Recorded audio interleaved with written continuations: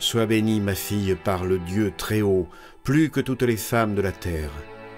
Et béni soit le Seigneur Dieu, créateur du ciel et de la terre, lui qui t'a conduite pour trancher la tête du chef de nos ennemis.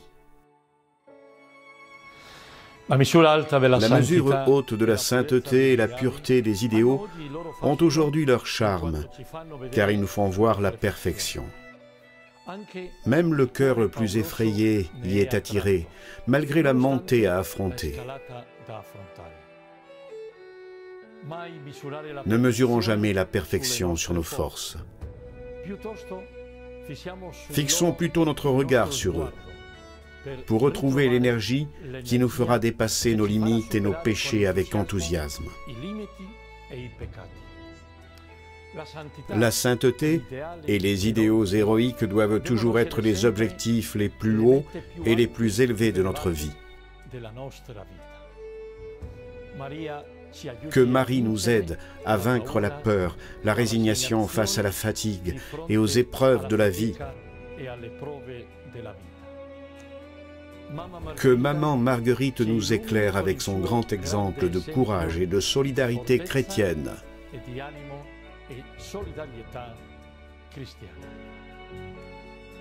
Lors de l'épidémie de choléra de 1854, Maman Marguerite a également donné un grand témoignage de charité.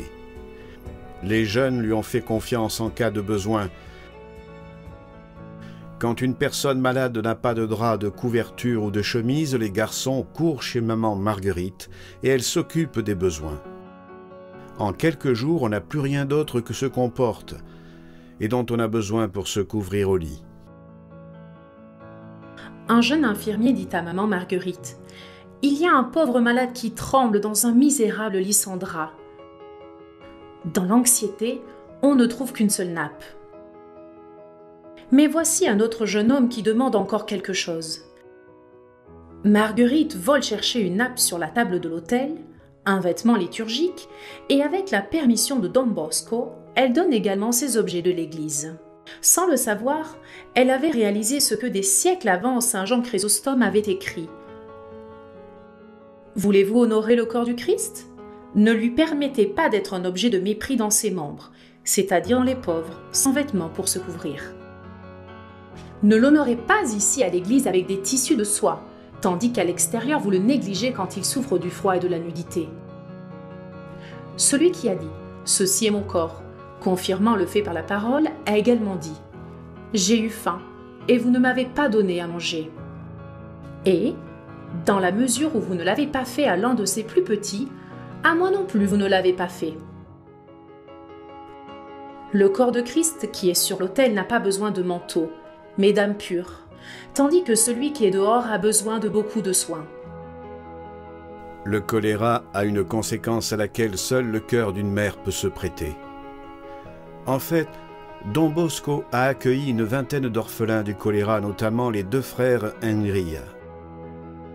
L'un d'eux, Pietro, a témoigné que depuis lors, il était resté à l'oratoire, où il avait été accueilli avec beaucoup d'amour, en regardant la mère de Don Bosco comme la leur. Maman Marguerite était un signe vivant de la maternité de la très sainte Marie, qui s'occupe de ses fils. Surmontons les peurs et les résistances qui nous bloquent dans l'amour envers notre prochain.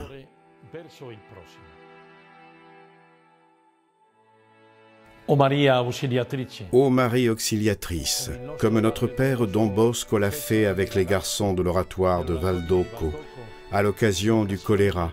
Nous aussi, dans un monde touché par l'épidémie de coronavirus, nous voulons, en tant que famille salésienne, exprimer notre confiance filiale à ton cœur de mère. Réconforte les malades et leurs familles. Soutiens les médecins et les professionnels de la santé. Aide tous les membres de la société et les dirigeants.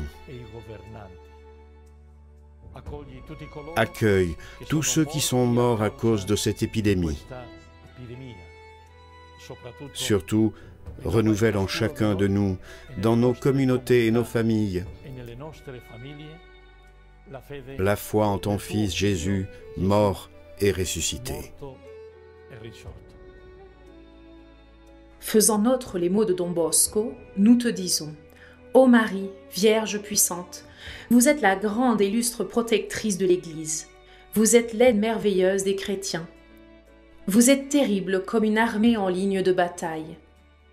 Vous qui seul avez détruit toutes les hérésies dans le monde entier, protégez-nous dans notre détresse, dans notre lutte, et dans notre défense difficile contre l'ennemi.